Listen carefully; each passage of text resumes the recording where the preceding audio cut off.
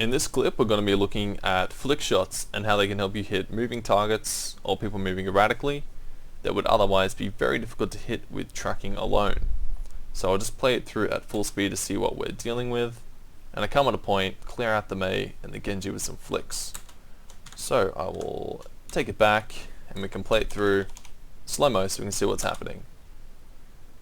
So I'm coming on to defend the point, and I see this Mei who's just ulted and she's just about to jump around madly waiting for everyone to freeze. So I'm just about to flick onto her, and you can see where her head is right now, and then my aimer is just sitting off to the side.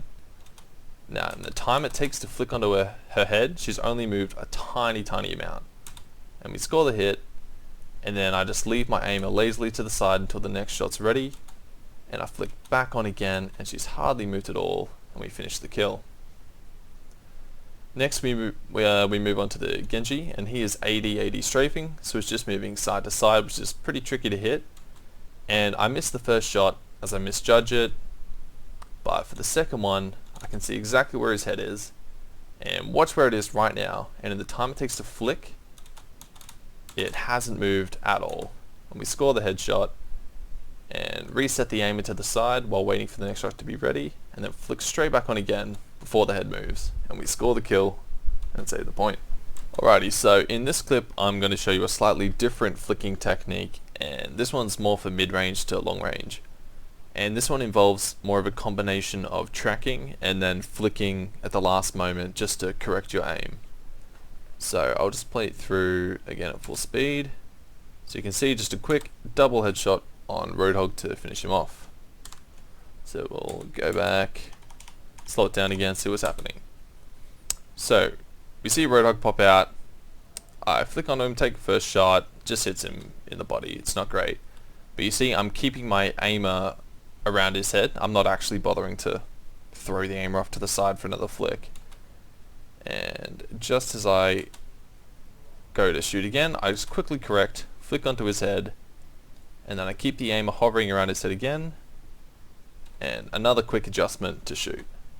So I tracked, but I still corrected when I actually shot. Finally, I'd like to talk about patience when going for flick shots. So even though we can take a snapshot in time and remove a lot of the difficulty in hitting a moving target, there can still be a right time to shoot to give yourself the best chance of actually hitting your target. And this is especially relevant for heroes like Hanzo or Pharah that have projectile speed to take into account. So I'll show you this example of a Junkrat who blasts himself off a concussive mine, but we still managed to get the flick and hit him in the head. So when this encounter starts, we notice it is blasting off a concussive mine, so at the start of his jump, he is moving extremely quickly, and if we're to go for a shot right now, chances are we're going to miss it. So instead, if we're patient, we can wait for him to reach the crest of his jump, which is about here. So now he's at the slowest point of his jump, and then we know exactly where he's going to be. So we know his head is going to fall to about this location. And when it does, we can flick and hit it and secure the kill.